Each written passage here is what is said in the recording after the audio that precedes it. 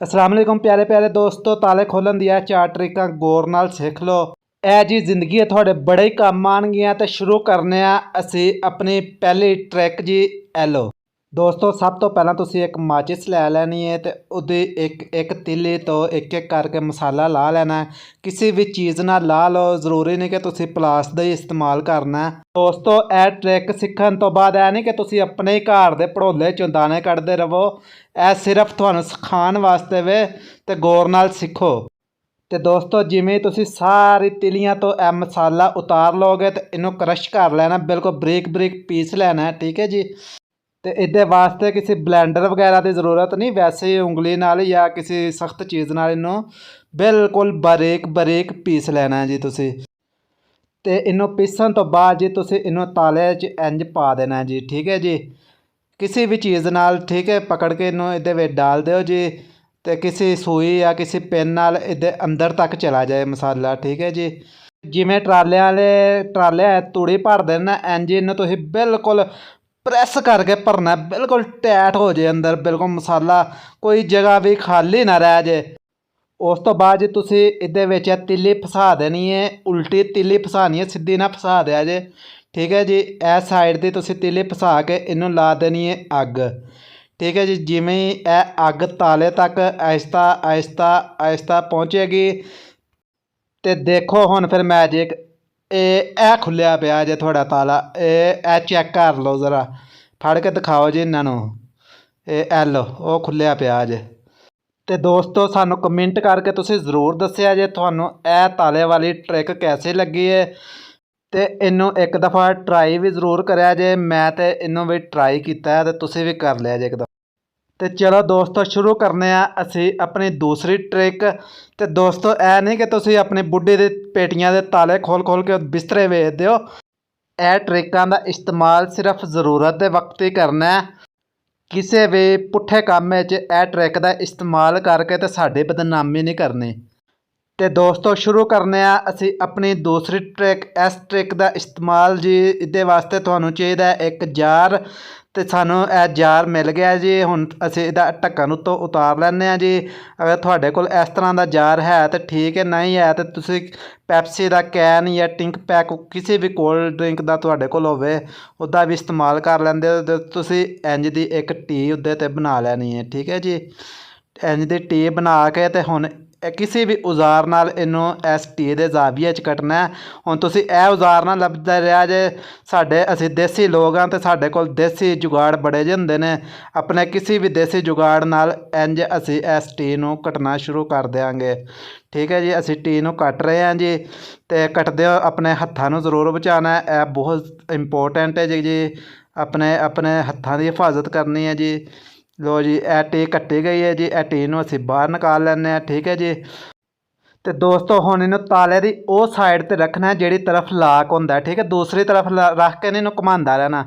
ਤੇ ਫਿਰ ਇਹ ਟ੍ਰਿਕ ਨਹੀਂ ਜੇ ਲੱਗਣੀ। ਤੁਸੀਂ ਇਹਨੂੰ ਉਹ ਸਾਈਡ 'ਤੇ ਰੱਖਣਾ ਜਿਹੜੀ ਸਾਈਡ 'ਤੇ ਲਾਕ ਲੱਗਾ ਹੁੰਦਾ। ਠੀਕ ਹੈ ਜੀ। ਇੰਜ ਤੁਸੀਂ ਇਹਨੂੰ ਬੈਂਡ ਕਰਕੇ ਤੇ ਅੰਦਰ ਫਸਾਉਣਾ ਸ਼ੁਰੂ ਕਰ ਦੇਣਾ। ਤੇ ਵੀਡੀਓ ਨੂੰ ਪੂਰਾ ਵੇਖਿਆ ਕਰੋ ਤੇ ਤਾਂ ਕਿ ਤੁਹਾਨੂੰ ਗੱਲ ਦੀ ਸਮਝ ਵੀ ਆ ਜਾਏ। ਵੀਡੀਓ ਪੂਰੀ ਵੇਖਦੇ ਨਹੀਂ ਫਿਰ ਆਂਦੇ ਸਾਨੂੰ ਸਮਝ ਨਹੀਂ ਆਈ। ਠੀਕ ਹੈ ਜੀ। ਇਹ ਵੇਖ ਲਓ, ਪੂਰੀ ਤਰ੍ਹਾਂ ਅਸੀਂ ਵਿੱਚ ਫਸਾ ਦਿੱਤੀ ਹੈ। ਤਾਲੇ ਨੂੰ ਇੰਜ ਰੱਖਣਾ ਤੇ ਇਹਨੂੰ ਬਾਈਂ ਤਰਫ ਘੁਮਾਉਣਾ। ਤੇ ਤੁਹਾਡਾ ਸੱਜੀ ਸਾਈਡ ਬਣੇਗੀ ਤੇ ਵੀਡੀਓ ਦੀ ਬਾਈਂ ਤਰਫ ਬਣੇਗੀ। ਬਾਈਂ ਤਰਫ ਇਹਨੂੰ ਘੁਮਾਓਗੇ ਤਾਂ ਤੁਹਾਡਾ ਲਾਕ ਖੁੱਲ ਜਾਏਗਾ। ਤੇ ਇਹ ਦੇਖ ਲਓ ਜੀ, ਇਹ ਸਾਰੇ ਭਾਜੀ ਸਮਝਣਗੇ ਕਿ ਤੁਹਾਡੇ ਕੋਲ ਕੋਈ ਜਾਦੂ ਹੈ। ਤੇ ਇਹ ਬਿਲਕੁਲ ਨਹੀਂ ਕਰਨਾ ਕਿ ਲੋਕਾਂ ਦੇ ਤਾਲੇ ਖੋਲ ਖੋਲ ਕੇ ਤੁਸੀਂ ਮੁਰਗੀਆਂ ਚੋਰੀ ਕਰਦੇ ਰਹੋ ਜਾਂ ਫਿਰ ਆਪਣੇ ਅੱਬੇ ਦੇ ਬਕਸੇ 'ਚੋਂ ਪੈਸੇ ਕੱਢ ਲਏ। ਇੰਜ ਦੇ ਕੰਮ ਨਹੀਂ ਕਰਨੇ। ਸਿਰਫ ਇਹ ਟ੍ਰਿਕਾਂ ਹੁੰਦੀਆਂ ਨੇ ਤੇ ਇਹਨਾਂ ਨੂੰ ਸਮਝਿਆ ਕਰੋ ਬਸ।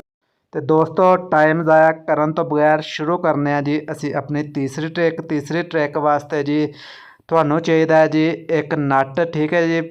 5.8 ਦਾ ਤੁਸੀਂ ਨਟ ਲੈ ਲੈਣਾ। ਠੀਕ ਹੈ। ਜ਼ਰੂਰੀ ਨਹੀਂ ਆਈ ਹੋਵੇ, ਕੋਈ ਵੀ ਸਾਈਜ਼ ਲੈ ਲਿਆ ਜੇ ਤੁਸੀਂ। ਤੇ ਇਹ ਨਟ ਤੁਹਾਨੂੰ ਆਮ ਕਿਸੇ ਵੀ ਦੁਕਾਨ ਤੋਂ ਮਿਲ ਜਾਏਗਾ ਜੀ। ਠੀਕ ਹੈ ਜੀ। ਅਗਰ ਤੁਹਾਨੂੰ ਇਹਦਾ ਨਾਮ ਨਹੀਂ ਆਉਂਦਾ ਤਾਂ ਇਹਦਾ ਸਕਰੀਨਸ਼ਾਟ ਲੈ ਕੇ ਕਿਸੇ ਵੀ ਹਾਰਡਵੇਅਰ ਦੁਕਾਨ 'ਤੇ ਚਲੇ ਜਾਇਆ ਜੇ ਤੇ ਉਹਨੂੰ ਕਿਹਾ ਜੀ ਸਾਨੂੰ ਇੰਜ ਦਾ ਇੱਕ ਨਟ ਦੇ ਦਿਓ।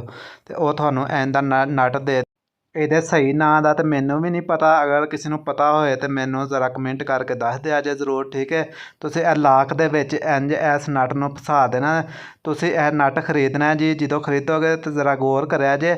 ਆਪਣੇ ਲਾਕ ਦੇ ਹਿਸਾਬ ਨਾਲ ਖਰੀਦਿਆ ਜੇ। ਕਈ ਲਾਕ ਵੱਡੇ ਹੁੰਦੇ ਨੇ, ਕਈ ਛੋਟੇ ਹੁੰਦੇ ਨੇ। ਠੀਕ ਹੈ, ਤੁਸੀਂ ਇਹਨੂੰ ਇੰਜ ਪਲਾਸ ਨਾਲ ਘੁਮਾਉਣਾ ਸ਼ੁਰੂ ਕਰ ਦੇਣਾ ਤੇ ਇੱਦਾਂ ਪ੍ਰੈਸ਼ਰ ਬਣਦਾ ਰਹੇਗਾ ਲਾਕ ਦੇ ਉੱਤੇ। ਠੀਕ ਹੈ ਜੀ, ਤੇ ਇਹ ਤੁਸੀਂ ਘੁਮਾ ਰਹੇ ਹੋ ਜੀ ਇਹਨੂੰ। ਠੀਕ ਹੈ, ਸੱਜੀ ਸਾਈਡ ਤੇ ਘੁਮਾਉਂਦੇ ਰਹੋਗੇ ਤੇ ਇਹ ਵੇਖੋ ਤੁਹਾਡਾ ਲਾਕ ਪ੍ਰੈਸ਼ਰ ਦੇ ਨਾਲ ਖੁੱਲ ਗਿਆ ਜੀ। ਠੀਕ ਹੈ ਜੀ, ਤੇ ਪਿਆਰੇ ਪਿਆਰੇ ਦੋਸਤੋ, ਹੁਣ ਤੱਕ ਤੇ ਅਸੀਂ ਸਿਰਫ ਤੁਹਾਨੂੰ ਲਾਕ ਖੋਲ੍ਹਣ ਦੀ ਟ੍ਰਿਕਾਂ ਦੱਸੀਆਂ ਹਨ। ਅਸੀਂ ਹੁਣ ਅੰਦਰੋਂ ਲਾਕ ਦੀ ਮਸ਼ੀਨਰੀ ਕਿਵੇਂ ਤੁਸੀਂ ਬਾਹਰ ਕੱਢ ਸਕਦੇ ਹੋ ਉਹ ਵੀ ਤੁਹਾਨੂੰ ਟ੍ਰਿਕਾਂ ਦੱਸ ਦਿੰਦੇ ਹਾਂ। ਸਭ ਤੋਂ ਪਹਿਲਾਂ ਤੁਸੀਂ ਇੰਜ ਦੀ ਇੱਕ ਪੱਤਰੀ ਲੈ ਲੈਣੀ ਹੈ, ਉਹਨੂੰ ਤੁਸੀਂ ਬੈਂਡ ਕਰ ਲੈਣਾ।